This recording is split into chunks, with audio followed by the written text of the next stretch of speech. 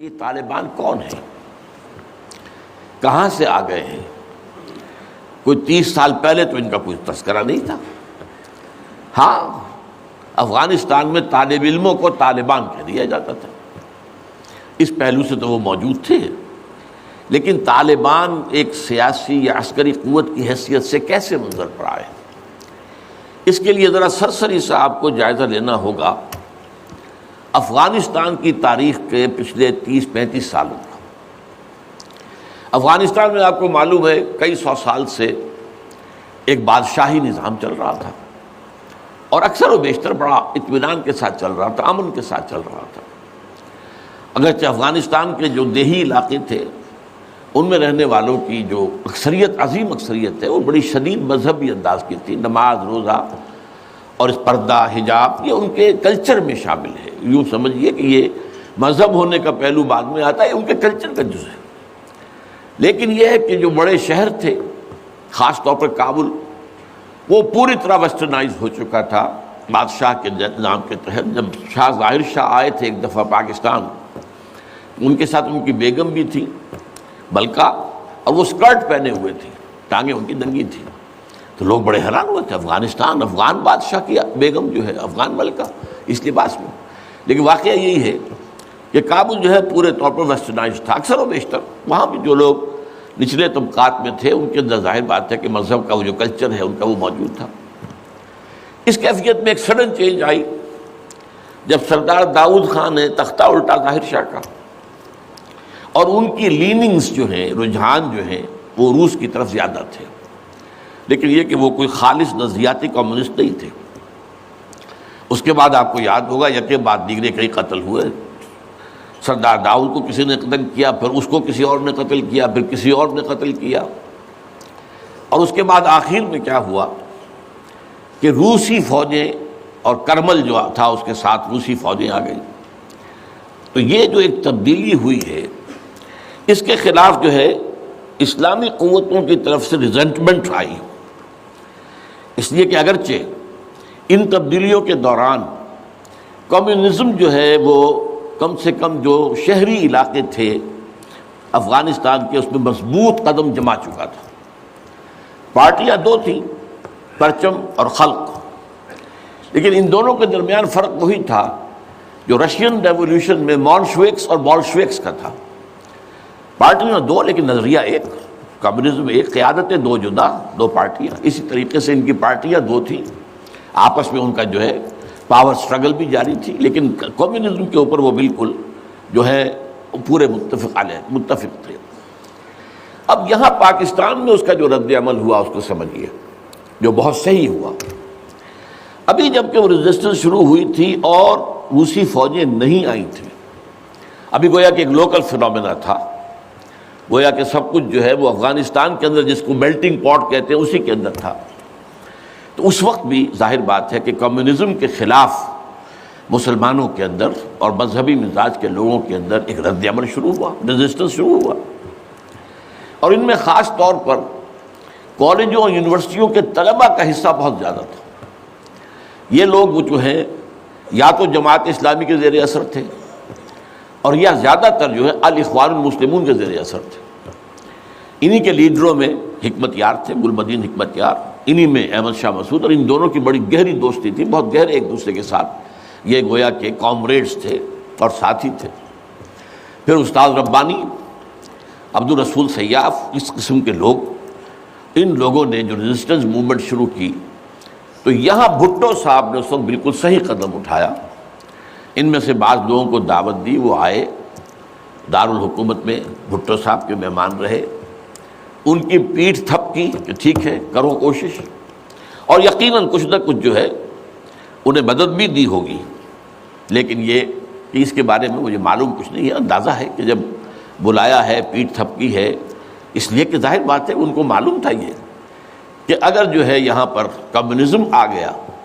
اور خاص طور پر روس اگر قابض ہو گیا تو پھر اس کا اگلا قدم پاکستان ہے۔ گویا کہ وہ جو صدیوں پرانا خواب ہے روسیوں کا، وہ زار کے زمانے کا خواب ہے کہ سائبیرین ریچ جو ہے وہ بہت ہی چاہتا تھا کہ کسی طریقے سے یہ افغانستان اور پاکستان کو رونگتے ہوئے، اور وہ جو ہے بحیرہ عرب، عریبین سی اور بحر ہند، انڈین اوشن کے گرم پانیوں تک پہنچ جائے۔ لہذا افغانستان میں قدم جم گئے تو ظاہر بات ہے کہ اس کے بعد اگلا ہدف جو ہے وہ پاکستان ہوگا۔ تو یہ صورتحال تھی کہ جس میں بھٹو صاحب نے جو قدم اٹھایا وہ بالکل صحیح تھا۔ بعد میں جب روسی فوجیں آ گئیں، اب ایک ریزسٹنس شروع ہوئی زبردست۔ ان میں سب سے پہلی ریزسٹنس جو ہے وہ در حقیقت جو جہاد شروع ہوا ہے وہ جہاد فی سبیل الحریت تھا۔ اس کی بنیاد مذہبی نہیں تھی بلکہ آزادی، اس لیے کہ افغان قوم جو ہے وہ غلام رہنے کی عادی نہیں ہے، اس کے لیے ذہناً تیار نہیں، جذباتی طور پر تیار نہیں، یہ پوری تاریخ کی حقیقت ہے یہ۔ چنانچہ اسی زمانے میں جب روس کے خلاف جنگ جاری تھی اور جہاد ہو رہا تھا افغانستان میں، تو مارگریٹ تھیچر ایک دفعہ آئی تھی پاکستان کے دورے پر، اور وہ طورخم پر جا کر انہوں نے خطاب کیا تھا کچھ لوگوں سے، جس میں بڑے تاریخی جملے مجھے آج تک یاد ہیں۔ We learnt our lesson and the Russians will also soon learn their lesson۔ Afghanistan کے بارے میں ہم نے سبق سیکھ لیا تھا، ہم نے بار بار فوج کشی کی اور فتح کیا، لیکن اپنا قبضہ برقرار نہیں رکھ سکے۔ اسی طریقے سے بالفرض اگر روس نے قبضہ کر بھی لیا تو وہ یہاں رہ نہیں سکے گا۔ یہ سبق جو ہے ہم نے تو سیکھ لیا ہے، روسی بھی سیکھ لیں گے۔ بہرحال اس وقت جو صورتحال پیدا ہوئی اس میں ایک فیکٹر جو نیا آیا اس کو ذہن میں رکھیے۔ اس وقت پورے عالم اسلام میں احیاء اسلام اور نفاذ شریعت کا ایک جذبہ پروان چڑھ رہا تھا۔ یہ جذبہ شروع ہوا ہے کب؟ جب کہ کولونیل رول کا بستر طے ہونا شروع ہوا۔ یہ یورپین جو پاورز تھی انہوں نے اپنا بستر رول کرنا شروع کیا، تو جیسے جیسے مسلمان ممالک آزاد ہوئے ان کو یاد آیا، جیسے آدمی کو نیند سے اٹھے تو یاد آیا کہ میں نے کوئی خواب دیکھا تھا، یاد آیا کہ ہمارا بھی تو ایک نظام ہوتا تھا نا، یا انگریزوں کے آنے سے پہلے، یا ولندیزیوں کے آنے سے پہلے، یا فرانسیسیوں کے آنے سے پہلے، یا اطالویوں کے آنے سے پہلے، یا اسپینیئرز کے آنے سے پہلے، یہ آخر ہمارا ایک نظام تھا، تو اب ہم اس نظام کو دوبارہ قائم کریں۔ یہ ایک جذبہ تھا، اگرچہ مبہم تھا، واضح نہیں تھا، اور یہ کہ آج کے دور میں اسلامی نظام کیا ہوگا، کیسے ہوگا، اس کے کوئی واضح تصورات نہیں تھے، لیکن جذبہ موجود تھا۔ اسی کو علامہ اقبال نے جو ہے ابلیس کی زبان سے کہلوایا ہے، وہ ابلیس کی مجلس شورا میں، کہ ہے اگر کوئی خطر مجھ کو تو اس امت سے ہے، نہ مجھے جمہوریت سے کوئی اندیشہ ہے، ہم نے خود شاہی کو پہنایا جمہوری لباس، یہ تو ہم نے خود ہی اس کو ایک لباس اڑا دیا ہے شاہی کو، اور اسے جمہوریت کا رنگ دے دیا ہے۔ وہ انڈیویجول ساورنٹی کی بجائے ایک پاپولر ساورنٹی، کلیکٹیو ساورنٹی، وہ شرک جو کا تو ہے، کفر جو کا تو ہے، اور نہ مجھے اشتراکیت سے کوئی اندیشہ ہے۔ کب ڈرا سکتے ہیں مجھ کو اشتراکی کوچہ گرد؟ ہاں ہے اگر کوئی خطر مجھ کو تو اس امت سے ہے جس کی خاکستر میں ہے اب تک شرار آرزو۔ یہ جو جذبہ تھا اور یہ جو تڑپ تھی، یہ اگرچہ پورے عالم اسلام میں تھی، لیکن کہیں بھی اس کی کوئی کامیابی کی صورت نظر نہیں آ رہی تھی، جذبہ موجود تھا۔ اس وقت ایسا ہوا کہ جہاد افغانستان کو ایک تو اس جذبے نے سپورٹ کیا، اور یہ جذبہ کھنچ کر آیا کہ شاید ہاں افغانستان کے اندر اب یہ کام عملاً ہو جائے گا۔ اس لیے پوری دنیا سے لوگ آئے، والنٹیئرز آئے، انہوں نے جانیں دی، انہوں نے وہاں پر محنتیں کی، اپنے کوئی انڈونیشیا سے چلا آ رہا ہے، کوئی برما سے چلا آ رہا ہے، کوئی فلسطین سے چلا آ رہا ہے، کوئی فلپائن سے چلا آ رہا ہے، کوئی تھائی لینڈ سے چلا آ رہا ہے، کوئی سعودی عرب سے چلا آ رہا ہے، کوئی مصر سے چلا آ رہا ہے، کوئی لیبیا سے چلا آ رہا ہے، کوئی چچنیا سے چلا آ رہا ہے، یہ سارے لوگ آئے وہاں،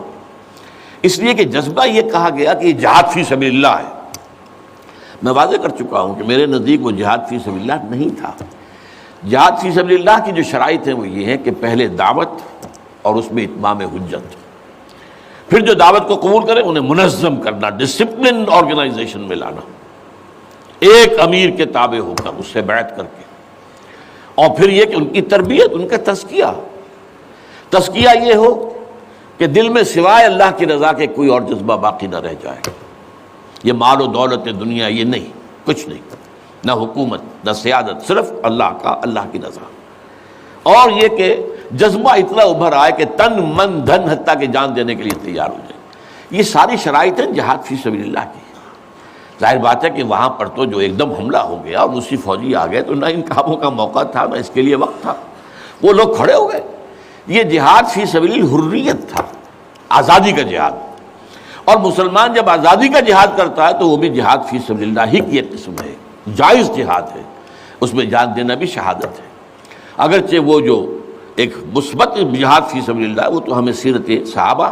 اور سیرت النبی صلی اللہ علیہ وسلم میں اس کا پورا نقشہ ملتا ہے۔ بہرحال ایک تو یہ کہ وہ کشش ان کو کھینچ کر لائی، دوسری طرف امریکہ نے وہ یہ چاہتا تھا کہ اسے نظر آ گیا کہ روس سے ایک تو جو بڑا پرانا اکاؤنٹ ہے، یعنی یہ کہ جو ویتنام میں روسیوں کے ہاتھوں شکست کھائی تھی امریکہ نے اور بھاگا تھا وہاں سے، تو گویا کہ اس کا بدلہ لینے کا یہ سنہرا وقت آ گیا ہے، اس سے بھرپور فائدہ اٹھایا جائے۔ اور یہ کہ اگر ہو سکے تو شاید اس حد تک بھی ان کے خیال میں ہو کہ یو ایس ایس آر کو ختم کر دیا جائے۔ میرے خیال میں ایسا نہیں تھا، وہ یہ نہیں سمجھتے تھے کہ یو ایس ایس آر ختم ہو جائے گا، لیکن یہ کہ بہت کمزور ہو جائے گا اور یہ کہ اس کی بلیڈنگ ہو جائے گی۔ اس کے لیے اس نے اس جہاد کا غلغلہ دوسروں سے بڑھ کر، مسلمانوں سے بڑھ کر جو ہے دنیا میں بلند کیا، اور ان جہادی لیڈروں کا کردار بنایا پوری دنیا میں، ان کی شخصیت کی امیجز بنائی ہیں۔ احمد شاہ مسعود کو دی لائن آف پنشیر پوری دنیا کے اندر اس کے بارے میں جو ہے وہ دھاک بٹھائی گئی، تاکہ یہ لوگ زیادہ سے زیادہ لوگ آ جائیں، والنٹیئر مل جائیں۔ ہمارا آدمی تو کوئی نہیں مرے گا، ہم تو پیسے دیں گے اور ہتھیار دیں گے، مریں گے یہ مسلمان مریں گے، چاہے وہ افغان ہیں چاہے باہر سے آنے والے ہیں۔ تو وہ جو غلغلہ جہاد کا تھا، اور اس میں گویا کہ ایک طرح سے امریکہ کے اس ایجنڈے کو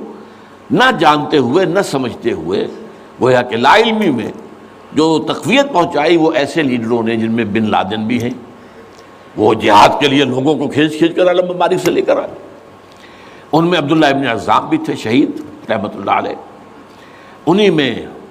عمر عبد الرحمن ہے جس وقت امریکہ کی جیل میں پڑے ہوئے۔ یہ سب لوگ کیا تھے؟ جہاد کے نام پر دنیا سے لوگوں کو لے کر آ رہے تھے، اور اس میں گویا کہ نہ جانتے ہوئے ان نوئنگلی وہ امریکہ کے اعلی کار بن رہے تھے۔ بہرحال اس میں نتیجہ جو نکلا، مجاہدین جب مجاہدین کو فتح ہو گئی، ظاہر بات ہے اس میں دونوں فیکٹرز ان میں رکھیے، صرف مجاہدین کی سرفروشی اور جاں فشانی نہیں، امریکہ کے ہتھیار نے یقیناً اس میں ایک بڑا ڈیسائسو رول پلے کیا، خصوصاً تازہ ترین ہتھیار اسٹنگر میزائل جسے دنیا جانتی نہیں تھی وہ دے دیا۔ اور اصل میں جو روسی فوج جو ہے دل برداشتہ ہو کر بھاگی ہے، اس میں اسٹنگر میزائل کا بہت بڑا دخل تھا، کیونکہ ان کا سب سے بڑا ہتھیار تھا جو وہ گن شپ ہیلی کاپٹرز لے کر آتے تھے، اور وہ ظاہر بات ہے جہاں پہاڑوں کے اوپر بھی مورچے لگائے ہوئے تھے وہاں ظاہر بات ہے ٹینک تو نہیں پہنچ سکتے تھے، کوئی اور بمباری وہاں کرنا مشکل تھی، تو یہ گن شپ بڑے جہازوں سے بہت نیچے آ کر بمباری بھی ممکن نہیں تھی، تو گن شپ ہیلی کاپٹر سے جو بمباری وہ کرتے تھے، فائرنگ کرتے تھے، وہ ان کا سب سے بڑا ہتھیار تھا، اور اس کو بالکل ختم کر کے رکھ دیا اسٹنگر میزائل نے۔ کہ میزائل آپ نے داغا ہے تو وہ یہ نہیں ہے کہ ہدف سے اگر نہ لگے ہدف پر تو ادھر ادھر ہو جائے گا، نہیں، جدھر وہ ہدف جائے گا اس کا پیچھا کرے گا، اس کے پیچھے پیچھے جائے گا، جدھر وہ مڑے گا ادھر وہ مڑ جائے گا۔ دون مال کفر ہے سودار، جیسے وہ کفر جو ہے جو رخ موڑ لے تم بھی رخ موڑ لو، اور وہ تباہ کر دیتا تھا گن شپ۔ تو یہ بہرحال جو بھی شکست ہوئی روس کو اور وہاں سے من چلا گیا، تو اس کے بعد امریکہ بھی فوری طور پر وہاں سے غائب ہو گیا۔ اس نے مجاہدین کے اندر گروپ بندی، باہمی کشاکش، یہاں تک کہ باہمی دشمنی کے بھی بیج بو دیے تھے، اور اس میں آئی ایس آئی بھی رول اس نے پلے کیا ہے۔ آئی ایس آئی یہ چاہتی تھی کہ یہاں کوئی ایک مضبوط ایسی حکومت نہ بن جائے کہ جس کو جو ہمارے پھر کنٹرول میں نہ رہے، لہذا آئی ایس آئی والوں کا جو بھی رول ہوگا نیتی سے پاکستان کے لیے۔ لیکن یہ مجھ سے ایک مجاہدین لیڈرز میں سے ایک صاحب نے خود کہا کہ ہمیں لڑوایا آئی ایس آئی نے، میں نہیں کہہ سکتا کتنی اس میں درستی ہے اور کتنی غلطی ہے، لیکن امریکہ نے یہ کیا کہ لڑا کر ان کو بجائے اس کے کہ کوئی حکومت وہاں قائم کرواتا اور آرام کے ساتھ وہاں سے رخصت ہوتا، اس حکومت کو مستحکم کر کے، جیسے کہ وہ اپنا سر توڑ زور لگا رہا ہے عراق کے اندر کہ یہاں کوئی حکومت جو ہے وہ قائم ہو جائے، مستحکم ہو جائے، پھر یہاں سے ہم رفتہ رفتہ نکلے، وہ فوراً بھاگے آپس میں وہ جو ہے دشمنی کے بیج بو کر۔ نتیجہ کیا نکلا؟ وہ جہاد فی سبیل اللہ فساد فی سبیل اللہ بدل گیا۔ وہ تباہی آئی ہے افغانستان پر جو پہلے نہیں آئی تھی، روسیوں کے ہاتھوں نہیں آئی تھی، خاص طور پر کابل میں اصل تباہی و بربادی جو خانہ جنگی سے آئی ہے۔ اور اس کا ایک اور نتیجہ یہ نکلا کہ مختلف علاقوں میں وارڈ لارڈز نے اپنی چھوٹی چھوٹی حکومتیں ریاستیں قائم کر لی۔ وارڈ لارڈز، ہتھیار ان کے پاس ہیں، اور وہ ہتھیار جو ہیں اس جنگ کے اندر امریکہ کے دیے ہوئے ان کے پاس بہت کافی جو ہیں ابھی موجود تھے، ان کا اسلحہ خانہ تھا، تو اپنے علاقے معین کر لیے۔ اور وہاں یہ ہے کہ انہوں نے ٹیکس لینے شروع کی، جگہ ٹیکس، جو بھی گاڑی گزرے، بس گزرے، کوئی منی بس گزرے، کوئی ٹیکسی گزرے، ٹیکس دو۔ یہاں سے نکل کر اگلے میں گئے تو وہاں پھر ٹیکس دو، وہاں سے نکل کر اگلے کوئی وارڈ لارڈ کا علاقہ گیا وہاں ٹیکس دو۔ اور نہ صرف یہ کہ ٹیکس، بلکہ وہ یہ بھی کہا جاتا ہے کہ وہ خوبصورت عورتوں کو بھی اتار لیتے تھے اور خوبصورت لڑکوں کو بھی اتار لیتے تھے۔ یہ جو صورتحال تھی، اس سے افغان لوگوں کا کہ ناک میں دم آ گیا، سخت پریشان ہو گئے۔ اچھا، یہ جو میں نے کہا ہے کہ یہ امریکہ نے جو مجاہدین کی قیادت تھی اسے آپس میں لڑا کر پھر یہاں سے بھاگ جانے کے اندر آفیل سمجھی، اس کی وجہ یہ تھی امریکہ کو اندیشہ تھا کہ یہ لوگ پڑھے لکھے جدید تعلیم یافتہ ہیں، یہ انجینئرز ہیں، گلبدین حکمت یار، احمد شاہ مسعود، استاد ربانی بڑے عالم ہیں، فاضل ہیں، عبد الرسول سیاب الازہر کے پڑھے ہوئے تھے، اسی طریقے سے صبغت اللہ جو ہیں وہ بھی بڑے عالم آدمی تھے اور پڑھے لکھے آدمی تھے، جدید تعلیم یافتہ بھی اور قدیم جدید یافتہ بھی۔ تو اس اعتبار سے انہیں اندیشہ تھا ان لوگوں کی حکومت بن گئی اگر تو یہ ایک ماڈرن اسلامک اسٹیٹ بنا دیں گے، اور یہ وہ شے ہے جو ہمارے لیے سب سے زیادہ خطرناک، سب سے زیادہ ناپسندیدہ معاملہ ہوگا، اس لیے کہ اگر واقعی طرح کی ماڈرن اسلامک اسٹیٹ وجود میں آ گئی تو ہمارے نظام کا خاتمہ ہو جائے۔ وہ تو یہ کہ سورج طلوع ہوتا ہے تو تاریکی تو جائے گی، رات کو تو جانا ہی جانا ہے، وہ تو جب تک سورج طلوع نہیں ہوتا رات کی تاریکی ہے، یہ انہیں اندازہ تھا خوب۔ بہرحال اس لیے انہوں نے خاص طور پر ان کو آپس میں لڑایا بھی۔ اس کے بعد یہ ہے کہ جب افغانستان کے لوگوں کے ناک میں دم آ گیا تو اب یہ ایک مرد مجاہد ملا عمر کھڑا ہوا، وہ کوئی بڑا عالم دین نہیں بلکہ پوری طرح جو ہے وہ تعلیم یافتہ بھی نہیں ہے، عربی مدارس وغیرہ سے، اور ان کے ساتھ عربی مدارس کے طلباء طالبان وہ کچھ کھڑے ہو گئے، کمر کس لیے کہ اب یہاں کسی طرح امن قائم کیا جائے۔ یہ پکار ایسی تھی کہ جو گویا کہ افغانوں کے دل کی پکار تھی، تنگ آئے ہوئے تھے ان وار لارڈ سے اور ان کے مظالم سے اور ان کے استحصال سے، لہذا وہ جہاں گئے ان کا استقبال ہوا۔ بہت سے لوگوں نے اپنے ہتھیار ان کے حوالے کر دیے، یہاں تک کہ گلبدین حکمت یار جو بالکل کابل کے پاس پڑا ہوا تھا اپنی فوجیں لے کر، اور گویا کہ وہ کسی فائنل اسالٹ کی تیاری میں تھا، جب یہ آئے ہیں تو اس نے راستہ دے دیا اور خود پیچھے ہٹ گیا۔ اس طریقے سے یوں سمجھیے کہ در حقیقت افغانستان میں ان طالبان کی حکومت جو ہے یہ گاڈ گیون ہے۔ وہ جو ایک شعر ہے کہ خود بخود تیار ہے پکے ہوئے پھل کی طرح، دیکھیے گرتا ہے آخر کس کی جھولی میں فرنگ۔ تو یہ حالات نے اس درجے صورت اختیار کر لی تھی کہ یہ طالبان کو کوئی ریزسٹنس نہیں ملی اور ان کی جو ہے ایک حکومت قائم ہو گئی، بلکہ یہ گویا کہ اللہ تعالیٰ کی جو ہے حکمت کا ایک ظہور ہوا ہے۔ اس میں امریکہ نے اور امریکہ کے کہنے پر پاکستان نے، سعودی عرب نے، امارات نے طالبان کو سپورٹ کیا۔ بے نظیر کی حکومت تھی، کہاں بے نظیر جیسے سیکولر ذہن کی اور آزاد خیال قسم کی عورت، کہاں طالبان مولوی ملاٹے ان کے خیال کے مطابق۔ سعودی عرب نے امریکہ کے حکم سے مدد دی، امارات نے مدد دی، پاکستان نے تسلیم کر لیا، سعودی عرب نے تسلیم کر لیا اور امارات نے تسلیم کر لیا۔ ان کی جو ہے ایمبیسڈرز وہ آ کر یہاں بیٹھ گئے۔ اس کی وجہ کیا ہے؟ امریکہ سمجھتا تھا یہ ٹھیک نہیں، ملا ملاٹے ہیں، انہیں کوئی دنیا کا تو علم ہے نہیں، یہ جانتے ہی نہیں، لہذا ان سے کھیلنا آسان ہے، انہیں ہم اپنی انگلیوں پر نچائیں گے، ان کو کٹ پتلی بنا لیں گے۔ اس پہلو سے انہوں نے کہا کہ یہ اچھا ہے، یہ لوگ اگر آ جائیں تو ٹھیک ہے، وہ خطرہ نہیں ہے کہ یہاں کوئی ایک ایسا اسلامی نظام سامنے آ جائے جو جدید دنیا کے تمام تصورات و تقاضوں کو بھی پورا کرتا ہو اور کتاب و سنت کے تقاضوں کو بھی پورا کرتا ہو، اس کا کوئی اندیشہ نہیں ہے، لہذا انہیں مدد دی۔ لیکن ہوا کیا؟ دو کام ایسے ہوئے ہیں کہ ایک تو افغانستان کے 90% علاقے پر قبضہ جو ہوا تو امن، کلی امن، چوری ختم، ڈکیتی ختم، زنا بالجبر ختم، زنا ختم، تو اب آنکھیں کھل گئی امریکہ کی یہ کیا ہو رہا ہے؟ اور ملا عمر کے ایک حکم پر پاپی کی کاشت زیرو۔ اب یہ ہے کہ کفر کے ایوانوں میں پوری دنیا میں خطرے کی گھنٹیاں بجیں۔ یہ معاملہ کیا ہے؟ نارضت عشق کہ خونی جگرے پیدا شد، حسن لرزید کہ صاحب نظرے پیدا شد۔ یہ تو ہم جس سے ڈر رہے تھے، جس کا ہمیں خوف تھا، جس کا ہمیں اندیشہ تھا، وہ تو حقیقت سامنے آ رہی ہے۔ ابھی تو پورا نظام کی کوئی بات نہیں ہے، ابھی تو انہوں نے چند سزائیں نافذ کی ہیں، اس سے زیادہ تو ابھی ان کا کانسیپٹ بھی کوئی نظر نہیں آیا۔ ہم خود جب گئے ہیں وہاں پر، میں ایک وفد لے کر گیا ہوں، تو نہ ان کے ذہن میں کوئی سیاسی نظام کا کوئی واضح تصور تھا، نہ میں نے ان سے پوچھا آپ کی کوئی پارلیمنٹ، مجلس شورا، مجلس ملی کہ نہیں کوئی نہیں ہے، نہ کوئی معاشی نظام کا ان کے سامنے نقشہ تھا۔ میں نے پوچھا کہ آپ کے یہاں بینک ہیں کہ نہیں ہے، میں نے کہا آپ اپنا پیسہ کہاں رکھتے ہیں؟ ہمارے پاس پیسہ ہے ہی نہیں۔ مطلب یہ کہ یہ کوئی نظام کی بات تھی نہیں، لیکن یہ کہ چوری کا ہاتھ کاٹنا، زنا کی سزا دینا، رجم کرنا، قتل کے بدلے قتل علی الاعلان میدان کے اندر،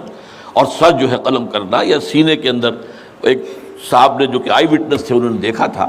کہ ایک شخص نے ایک دوسرے شخص کو قتل کیا سینے میں خنجر بھونک کر۔ اب اس کو پکڑ کر رسیوں سے باندھ کر لا کے ڈال دیا گیا اسٹیڈیم کے اندر، کھلا اور ہتھ لگے ہوئے لوگوں کے دیکھ رہے ہیں، اور اس کی بیوی سے، مقتول کی بیوی کے ہاتھ میں خنجر دے کر کہا گیا بھونکو اس کے سر، اس کے سینے کے اندر، اور اس نے کیا۔ اب یہ جو مناظر ہیں، ان کو دیکھنے کے بعد کیا کہیں کوئی جرم رہ جائے گا؟ جیسے کہ اس سے پہلے بھی تھا معاملہ دنیا کے سامنے کہ سعودی عرب جو ہے وہ کرائم فری ایک معاشرہ بن گیا تھا جب سے وہاں پر اسلامی جو حدود اور تعزیرات نافذ ہوئی۔ یہ معاملہ انہوں نے دیکھ لیا کہ یہ تو ہو گیا، تو اس اعتبار سے ان کو جو ہے اب بڑی شدید خطرے کی بات ہوئی۔ البتہ یہ ضرور نوٹ کر لیجئے کہ اس ابتدائی عرصے میں طالبان سے کچھ غلطیاں بھی ہوئیں۔ پہلی بات تو یہ کہ نہ ان کی کوئی تعلیم ہوئی تھی، نہ تربیت ہوئی تھی، نہ تنظیم ہوئی تھی، نہ کوئی ڈسپلن قائم تھا، یہ تو موب تھا، لہذا ان سے بڑی بڑی غلطیاں ہوئیں۔ مثلا مزار شریف میں ایران کے سفارت خانے پر حملہ کیا، سفارتکاروں کو قتل کر دیا۔ پھر یہ کہ ان کے اندر مذہبی شدت پسندی بہت تھی، کٹر حنفیت، اور اس کے اندر کچھ نہ کچھ تشدد کا ایلیمنٹ بھی۔ ظاہر بات ہے ان عام لوگوں کے، ان پڑھ لوگ، اب ان کے ذہن میں جو چیزیں تھیں، داڑھی جو ہے سنت موقدہ ہے، نہیں رکھتا اس کو سزا دو، اور حجام جو ہے اس کا سر قلم کر دو اگر وہ شیونگ کرتا ہے تو۔ اسی طریقے سے پردے کا شدت کے ساتھ نفاذ کیا گیا، عورتیں باہر کیوں نکلیں، اپنے گھروں میں رہو، یا یہ کہ پورا برقع لے کر نکلو۔ جو بھی آپ کے ہاں دنیا بھر میں شٹل کاک جس کو کہتے ہیں، وہ جو ایک خیمے کی شکل میں ہوتا ہے، تو وہ نہیں رہو۔ تو اس حوالے سے تشدد پسندی بھی ہوئی ہے، اور کچھ غلطیاں بھی ہوئی ہیں، کچھ زیادتیاں بھی ہوئی ہیں، اور کچھ انتہائی تنگ نظر مذہبیت بھی ہوا۔ یہ حقائق ہیں جو ہمیں ماننے پڑیں گے۔ اب جب پوری دنیا کے اندر یہ ایک خطرے کی گھنٹیاں بج گئیں عالم کفر کے اندر کہ نارضت عشق کہ خونی جگر پیدا شد، وہ تو آ گیا، خونی جگر رکھنے والا وہ تو سامنے آ گیا، وہ خطرہ جس سے ہم ڈر رہے تھے، کہاں پر رہے تھے۔ اس لیے کہ آپ کو معلوم ہے کہ جب USSR کا خاتمہ ہوا ہے اور اس کے بعد جو ہے نیٹو کو اثر نو آرگنائز کرنے کی باتیں شروع ہوئیں، توسیع کی شروع ہوئی، تو کسی سے نے پوچھا نیٹو چیف سے، گورنر ان چیف سے، کہ اب آپ کس کے لیے، آپ کا جو دشمن تھا جس کے لیے آپ نے سارے دھندے بنائے تھے، سیٹو بھی تھا، سینٹو بھی تھا، اور نیٹو بھی تھا، اور سب سے بڑا معاملہ نیٹو کا تھا، تو اب تو تمہارا وہ دشمن ختم ہو گیا، تمہارے سامنے، تمہارے گھٹنوں، تمہارے قدموں میں پڑا ہوا ہے، تم سے مدد کی بھیک مانگ رہا ہے، تو تمہیں کیا خوف ہے؟ تو انہوں نے کہا ہمیں اب اسلامک فنڈامنٹلزم کا خطرہ ہے۔ اس کے لیے گویا کہ they started to gird up their loins، اپنے جو ہے کمر کسنے کے لیے انہوں نے پروگرام بنا لیا۔ اور اس کے لیے نوٹ کیجئے 9/11 کا حادثہ فاجعہ خود کروایا، یہ ثابت شدہ حقیقت ہے۔ اس وقت اس میں طالبان کا تو خیر 0% بھی کوئی امکان نہیں، اس میں القاعدہ کا بھی کوئی حصہ نہیں۔ یہ ضرور معلوم ہوتا ہے کہ ان میں جن لوگوں کو انہوں نے اپنے آگے رکھ لیا تھا دنیا کو دکھانے کے لیے، کچھ نوجوان قسم کے جو پائلٹس تھے جنہوں نے چھوٹے چھوٹے جہازوں پر، چڑیوں جیسے جہازوں پر تربیت حاصل کی تھی، دکھانے کے لیے انہوں نے کیا ہے یہ، ان میں سے کسی کا تعلق غالباً کوئی تعلق تھا جو کہ اسامہ ابن لادن کے ساتھ، جس پر کہ ان کو اس نے یہ کہہ دیا تھا کہ عنقریب ایک بہت بڑا واقعہ ہوگا، بس اس حد تک بات صحیح ہے، باقی قطعاً کوئی نہ اسامہ ابن لادن کا حصہ۔ یہ کروایا موساد نے، نیو کونز نے، CIA نے۔ کیوں کروایا؟ اس لیے کہ ان کے سامنے اب افغانستان کے اندر ایک بہت بڑی فوج کشی کرنے کے لیے ایک بہت بڑی طاقت کی ضرورت ہے، اور یہ بہت بڑی طاقت جو ہے اس کے لیے امریکہ کا جو پبلک اوپینین ہے تیار نہیں ہوگا جب تک کہ اتنا بڑا کوئی حادثہ نہ ہو جائے، اور دنیا کی بھی بڑی کولیشن نہیں بنے گی جب تک کہ اتنا بڑا کوئی حادثہ نہ ہو جائے۔ یہ انہوں نے خود کرایا، اس لیے کہ اس سے پہلے یہ ایک اور بات جو ہے وہ بیچ میں آ گئی ہے لیکن میں بیان کر دوں کہ یہ تو 90s کے اندر، لیٹ 90s میں بات ہو گئی تھی کہ امریکہ میں جو ٹاپ کے تھنک ٹینکس تھے وہ سوچ رہے تھے کہ 21ویں صدی میں امریکہ اس گلوب کی سپریم سپر پاور کیسے رہے، اپنی اس پوزیشن کو جو حاصل ہو گئی اس وقت اور بھی مضبوط کرے۔ ابھی رشیا اور چائنا تو اس کے دائرے اقتدار سے باہر ہے، ابھی بھارت بھی تقریباً باہر ہے، لیکن آگے بڑھا کر گلوبل پوری طرح، اور کیسے ہو یہ کہ اسے برقرار کیسے رکھے۔ تو اس پر ان کے تھنک ٹینکس تھے، اور اسی پر ان کا ایک مقالہ شائع ہوا تھا، امریکہ نیڈز اے پرل ہاربر۔ امریکہ کو ایک پرل ہاربر جیسے واقعے کی ضرورت ہے۔ اب یہ تاریخی بات سمجھ لیجئے، امریکہ دوسری عالمگیر جنگ تک، سیکنڈ ورلڈ وار تک انٹرنیشنل معاملات میں کبھی آیا ہی نہیں تھا۔ وہ تو بڑے آرام سے تھا، دو اوشنز کے درمیان، ادھر اٹلانٹک ہے ادھر پیسیفک ہے، ظاہر بات ہے کہ ان قریب کوئی دشمن ہے ہی نہیں، لہذا اسے تو اپنا معیار زندگی بہتر بناؤ، اپنے حالات بہتر بناؤ، اپنے انوائرمنٹس بہتر بناؤ، اپنا یہ کرو اپنا وہ کرو، بس۔ سیکنڈ ورلڈ وار میں بڑی شدید ضرورت پیدا ہوئی الائز کو، جب جرمنی اور جاپان جو ہے ان کا بھرکس نکال رہے تھے کہ کسی طرح امریکہ کو آمادہ کیا جائے۔ چرچل بھی گیا، اس نے بھی خوش آمدید کی، یہ بھی کہا جان لو اگر ہم ختم ہو گئے تو نیکسٹ باری تمہاری ہوگی،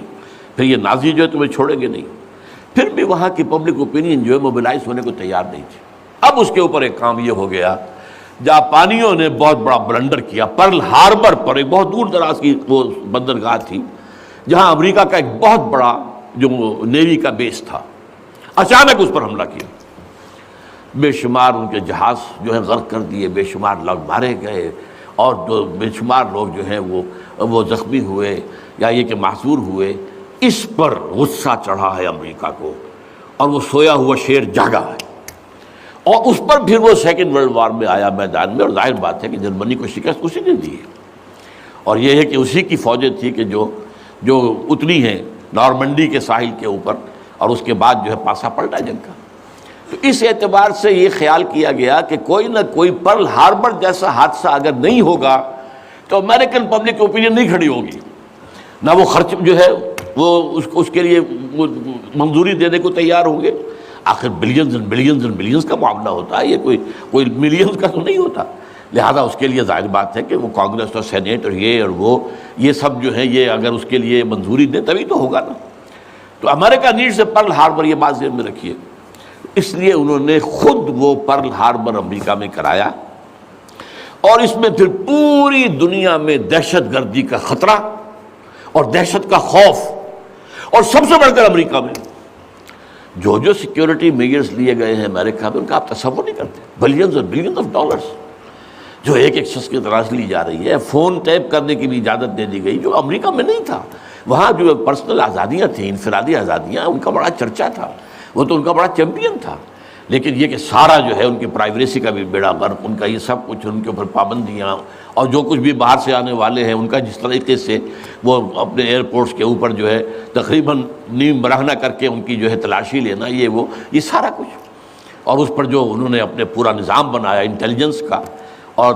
معلومات پہنچانے کا، اس کے اوپر ان کا بے شمار خرچ ہوا۔ بہرحال اس میں عیسائیوں کی صلیبی جنگ کا جذبہ بھی شامل کر دیا گیا۔ ایک امریکہ کی supreme soul, supreme power on earth ہونے کا مقصد۔ نمبر 2، صلیبی جنگ کا جذبہ سویا ہوا، اسے بھی جگایا۔ یہ بش نے بھی کہا تھا، لیکن بعد میں اس نے کہا غلطی ہو گئی، اس نے وہ لفظ واپس لیا تھا، کروسیڈ۔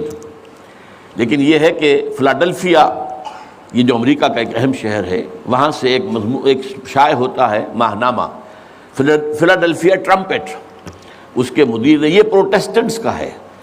اور جو ایونجلسٹ کہلاتے ہیں وہاں پر، جو کہ خاص طور پر پرچارک ہیں انجیل کے، یہ ان کا رسالہ ہے۔ اور انہوں نے یہ لکھ دیا تھا، یہ میں نے اپنے 2 کتابچوں میں کور پر شائع کیا ہوا ہے، وہ بہت خوبصورت، کہ ڈوم آف دی راک جو ہے، جو گنبد سقرا ہے، تو اس کے اوپر جو ہے بڑا خوبصورت تصویر دے کر کہ many people think that crusades are a thing of the past, over forever, but they are mistaken۔ تو دنیا میں تیاری ہو رہی ہے لاسٹ کروسیڈ کی، یہ اس کے اپنے الفاظ ہیں، اور یہ پورا ایک مکتبہ فکر ہے، ایک پورا ان کا جو ہے بہت آبادی کے اندر بہت انفلوئنشل حصہ ہے۔ پروٹیسٹنٹ کے اندر خاص طور بیپٹسٹ کے اندر ایونجلسٹ، یہ نیو کونس یا بورن اگین کرسچنز، یہ اصطلاحات جو ہیں اگر آپ پڑھتے ہوں، یہ سب ایک طبقہ ہے جو اصل اعلی کار ہے یہودیوں کا۔ بہرحال تو اس نے صلیبی جنگ کا بھی جذبہ شامل کر دیا، جس کا نتیجہ کیا نکلا؟ تاریخ انسانی کی عظیم ترین کولیشن بنی ہے۔ کبھی دنیا میں اتنی بڑی کولیشن نہیں بنی جتنی افغانستان کے خلاف بنی۔ امریکہ ہے، یورپ ہے، باقی ساری جو مغربی قوتیں ہیں، اور ادھر یہ ہے کہ رشیا کی بھی آشیرواد حاصل ہے، چائنا کی بھی آشیرواد حاصل ہے۔